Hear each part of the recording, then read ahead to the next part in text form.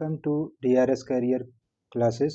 तो जैसा कि स्टूडेंट हम लोग जो है पिछले वीडियो में दर्पण के बारे में अध्ययन किए। दर्पण में प्रकार क्या थे, गोली दर्पण था, समतल दर्पण था, और उसमें हम लोग उसका डिफिनीशन पढ़ चुके। समतल दर्पण क्या है और उसकी विशेषताएं क्या होती हैं, और उसके बाद गोली दर्पण क्या है और गोली दर्पण कितने प्रकार का होता है, इसके बारे में हम लोग पढ़ चुके थे। जैसा कि गोली दर्पण में उत्तल दर्पण और अवतल दर्पण महत्वपूर्ण था।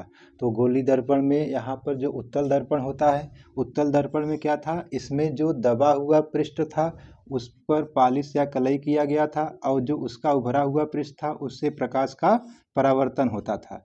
तो ये इस प्रकार का जो गोली दर्पण होता है, जिसका दबा हुआ भाग पालिश किया गया रहता है, या तो पेंट किया गया रहता है, या कलई किया गया रहता है, और उसके उभरे हुए भाग से प्रकाश का परावर्तन होता है, तब ऐसे गोली दर्पण को उत्तल दर्पण कहते हैं।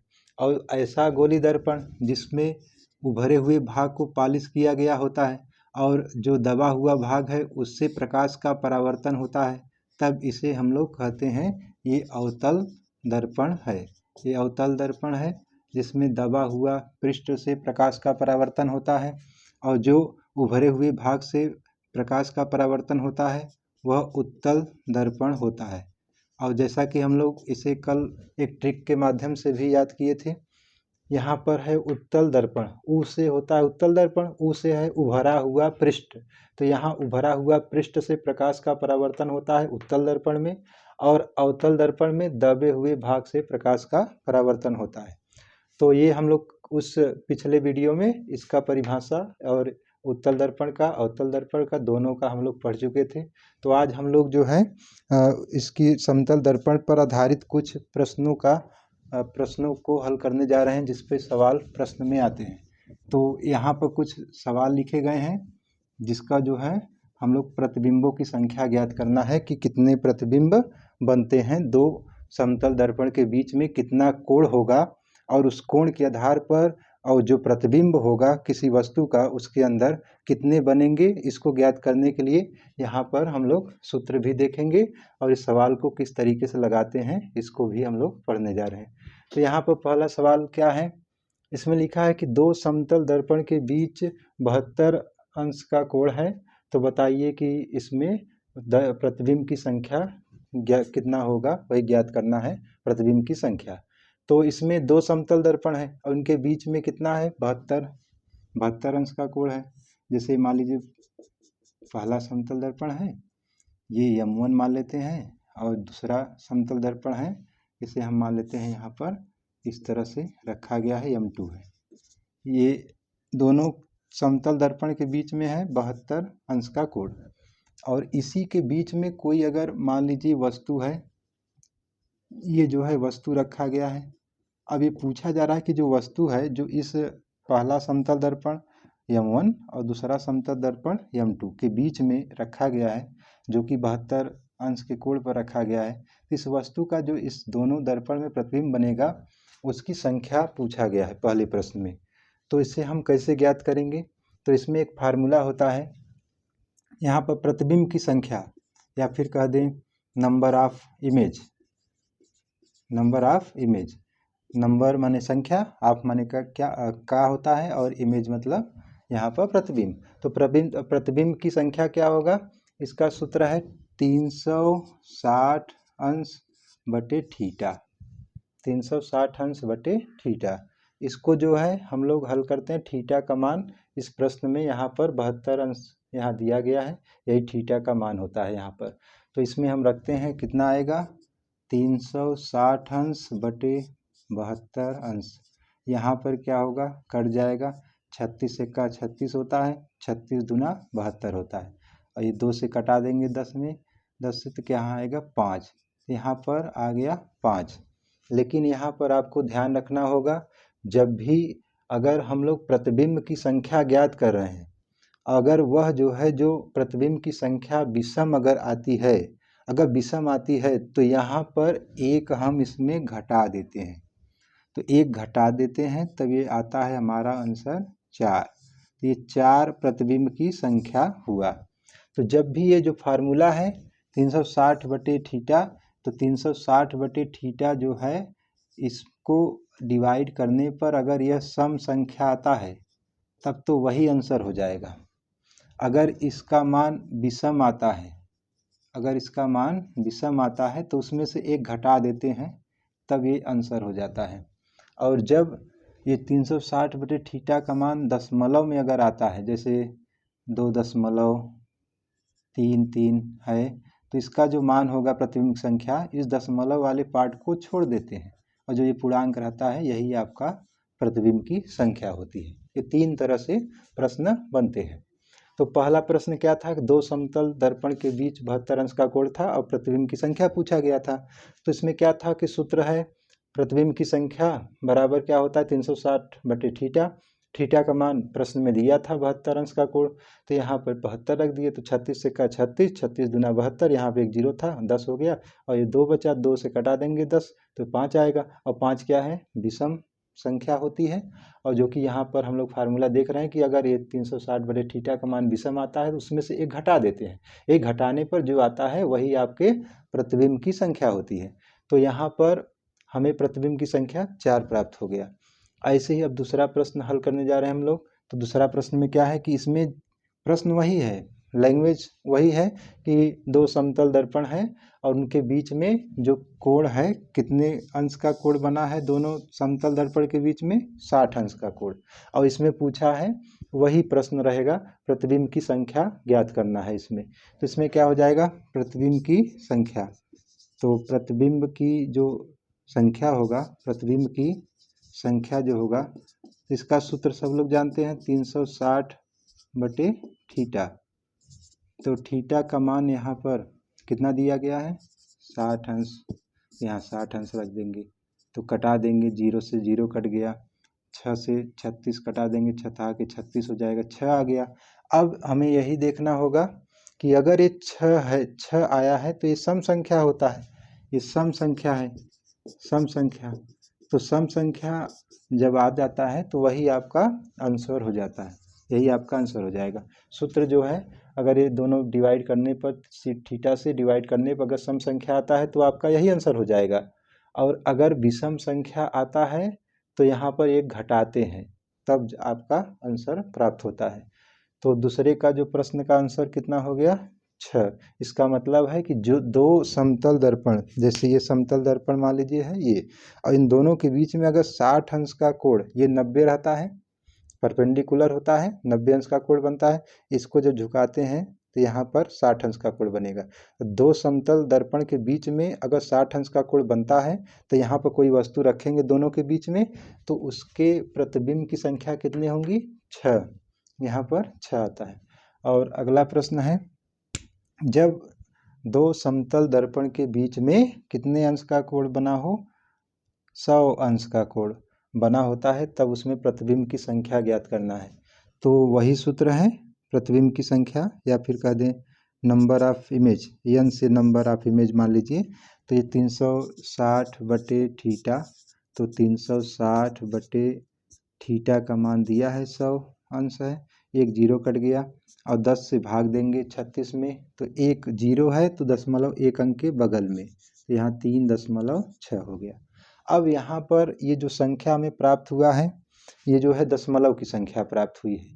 और जैसा कि सूत्र होता है कि अगर दशमलव वाली संख्या प्राप्त होती है तो आपका जो आंसर होगा वह जो है दशमलव के बाद जो भी अंक है इनको छोड़ देते हैं, और जो बचा हुआ उसके दशमलव के बाईं तरफ का जो एक अंक है या 2 अंक जो भी आएगा तो वही आपका आंसर होता है। तो यहाँ पर दशमलव के बाईं तरफ एक ही अंक है, 3 वो भी, और दशमलव के बाद वाली संख्या को छोड़ देते हैं, यही जो बचा हुआ है 3, यही आपके प्रतिबिंब की संख्या हो जाती है। और अगला प्रश्न जो है इसमें क्या है कि जब 2 समतल दर्पण के बीच में कितने अंश का कोण बना हो, 0 अंश का कोण। तो ये प्रश्न इम्पॉर्टेंट होता है क्योंकि इसमें जैसे मान लीजिए ये पहला समतल दर्पण है, ये आपका दूसरा समतल दर्पण है। अब इन दोनों के बीच में कितना अंश का कोण बना है, इसमें प्रश्न में दिया है 0 अंश का। और 0 अंश का कब बनता है, जब दोनों जो यहाँ पर दोनों समतल दर्पण है कैसा हो, समांतर हो।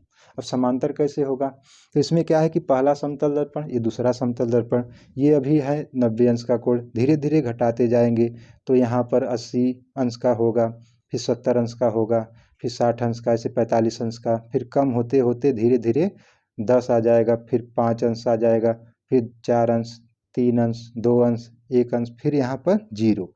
तो यहाँ पर देख रहे हैं दोनों जो यहाँ पर समतल दर्पण हैं, यहाँ पर एक दूसरे के ये हो गए समांतर, और इनके बीच में जो कोण बनता है 0 अंश का कोण बनता है। तो जब भी यहाँ पर समांतर शब्द आता है तो वहाँ पर थीटा का मान 0 अंश, और लंबवत जब कहेगा तो इनके बीच में 90 अंश का कोण बनता है। तो यहाँ पर जब समांतर दोनों समतल दर्पण होते हैं, जब समांतर रहते हैं तो जो प्रतिबिंब की संख्या होता है उसका क्या हो जाएगा मान, n बराबर 360 बटे थीटा होता है। तो थीटा का मान हम लोग जानते हैं, यहाँ प्रश्न में दिया है, समांतर नाम दिया रहेगा तो 0 अंश लेना है, लंबवत कहेगा तब आपको 90 अंश लेना पड़ेगा। तो यहाँ 360 अंश बटे 0 अंश, ये 0 से कोई भी संख्या डिवाइड करेंगे, भाग देंगे तो कितना आता है इसका मान, अपरिभाषित, अपरिभाषित या फिर अनंत भी कहते हैं सब लोग। अनंत का सिंबल, अनंत को इस तरह से दिखाते हैं सिंबल, इनफाइनाइट कहते हैं इसे, इनफाइनाइट। तो यहाँ पर अपरिभाषित होता है, इसका मतलब इसे हम बता नहीं सकते कि कितने प्रतिबिंब की संख्या बनेगी। तो ये आपका जो है चौथे प्रश्न का आंसर हुआ, जो कि अनंत भी कह सकते हैं कि अनंत प्रतिबिंब बनते हैं, मतलब असंख्य कह सकते हैं, जिसकी गणना हम नहीं कर सकते हैं। और यहाँ पर अगला जो है, इसमें क्या है कि दो समतल दर्पण के बीच में कितने अंश का कोण बना है, 50 अंश का।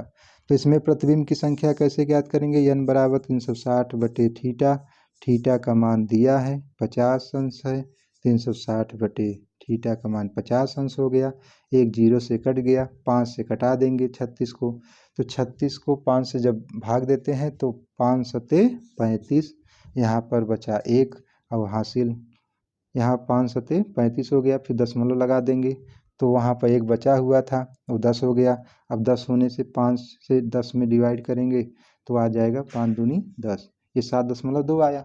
अब यहाँ पर देखिए ये जो है, जब दशमलव वाली संख्या आता है तो आंसर क्या होता है, दशमलव के बाद वाला छोड़ देते हैं, और या फिर इसको ऐसे भी कर सकते हैं, 2.33 है तो इसकी आगे वाली संख्या में जाते हैं, जैसे 2 है 0.33 है, 2 से थोड़ा ज़्यादा है तो 3 मान लेते हैं और 3 में से फिर 1 घटा देते हैं, कहीं कहीं किताब में ये भी लिखा रहता है। लेकिन आपको ऐसे ही डायरेक्ट यहाँ पर क्या करना है, दशमलव के बाद वाली जो संख्या है इसको छोड़ देना है, बस जो यहाँ पूर्णांक के रूप में है उसी को लिख देना है।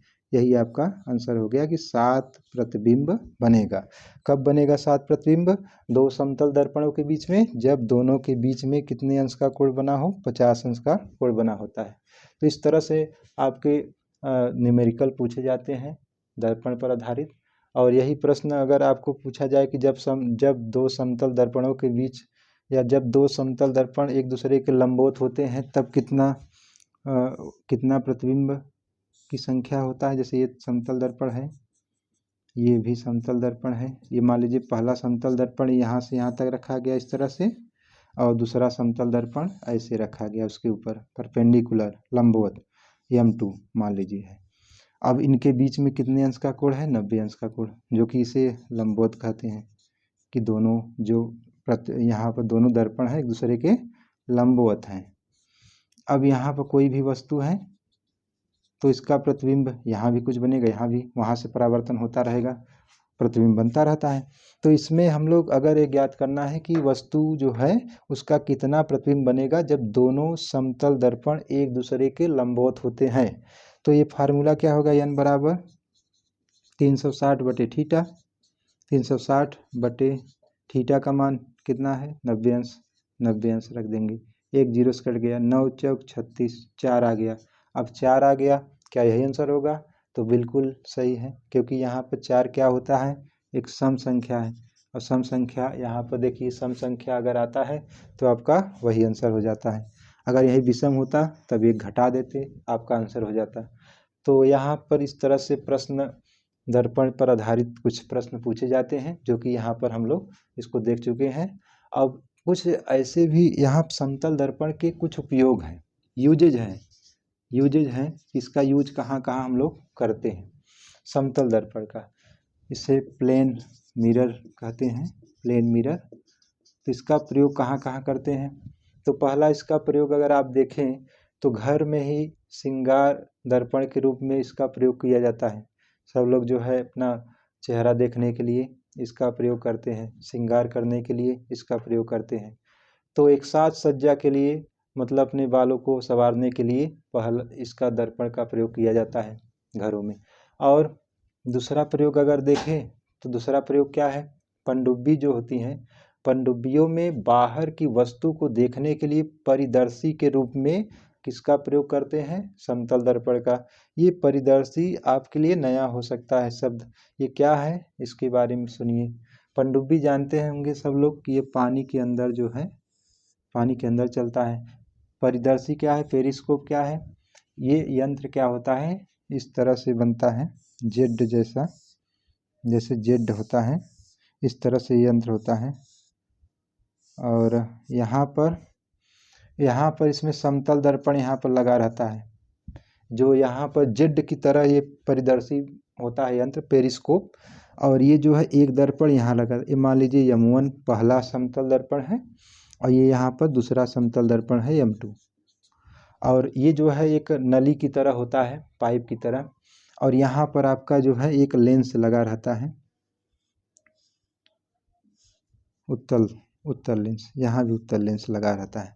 तो यहाँ से क्या है कि जब ये पानी के ऊपर पनडुब्बी में लगा रहता है, पानी के जो सतह है, पानी की सतह के ये वाला हिस्सा पानी के सतह के थोड़ा ऊपर आता है और ऊपर थोड़ा सा कांच लगा रहता है जिससे पानी अंदर ना आने पाए, तो वो ऊपर उठा रहता है। पनडुब्बी पूरा पानी के अंदर रहता है, ये केवल पानी के ऊपर जो है, जैसे यहाँ मान लीजिए समुद्र है, तो इस तरह से यहाँ पर पानी में डूबा रहता है हिस्सा, ये पानी में डूबा रहता है, केवल ये वाला हिस्सा ऊपर रहता है और ये पूरा पनडुब्बी में रहता है। तो यहाँ पर जो बाहर पानी के सतह पर ये घूमता रहता है, जो कि चारों दिशाओं में कोई दुश्मन नौसेना अगर आ रहे हैं या जहाज कोई आ रहा है तो उसको जो है निगरानी करने के लिए इसका प्रयोग करते हैं। तो इसमें क्या है कि प्रकाश की किरणें यहाँ पर आ रही, कोई मान लीजिए यहाँ वस्तु है, कोई भी वस्तु है यहाँ पर, तो इससे प्रकाश किरणें आएंगी, प्रकाश किरणें यहाँ पर आएंगी तो यहाँ पर क्या होगा? परावर्तन होगा, यहाँ परावर्तन होगा, परावर्तन होने के बाद फिर यहाँ परावर्तन होगा प्रकाश का, फिर परावर्तन होने के बाद ये लेंस क्या करता है? उत्तल लेंस होता है, तो उत्तल लेंस क्या करता है? प्रकाश किरणों को मोड़ देता है। और यही आगे जाकर हम जो है यहाँ पर अगर देखते हैं नेत्र में, तो यहाँ पर हमें यह दिखाई देता है कि पानी के ऊपर कोई दुश्मन सेना के जो है, नौसेना के जो जहाज हैं, इन सब की निगरानी के लिए इंडियन जो नेवी होते हैं ये सब प्रयोग करते हैं इस यंत्र का। पनडुब्बी में इसका प्रयोग किया जाता है।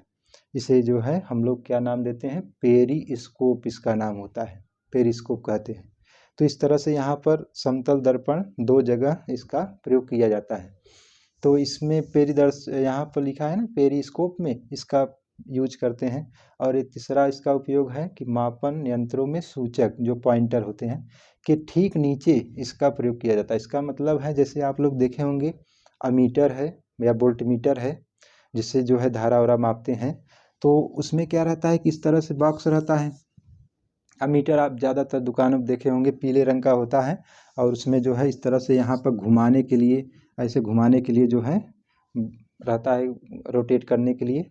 और यहाँ पर जो है समतल दर्पण का प्रयोग किया जाता है। उसी के नीचे यहाँ पर इस तरह से पॉइंटर बने होते हैं, सूचक, जो सुई इस तरह से रहता है, पॉइंटर सूचक जो इस तरह से घूमता रहता है, 0 1 2 3 ऐसे लिखा रहता है गिनती, जहाँ पर ये पॉइंटर घूमता रहता है। तो यहाँ पर यहाँ लिखा है ना, पॉइंटर के ठीक नीचे इसका प्रयोग करते हैं। तो जो मापक यंत्र है, जो मेजरमेंट इंस्ट्रूमेंट है, इनमें जो है किसका प्रयोग करते हैं? समतल दर्पण का प्रयोग करते हैं।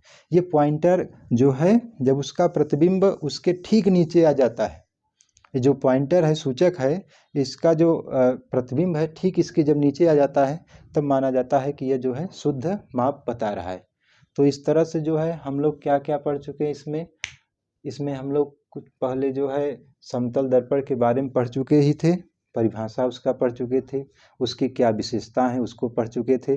और उसके बाद हम लोग गोली दर्पण पढ़ चुके हैं, गोली दर्पण में उत्तल दर्पण अवतल दर्पण का परिभाषा पढ़ चुके हैं।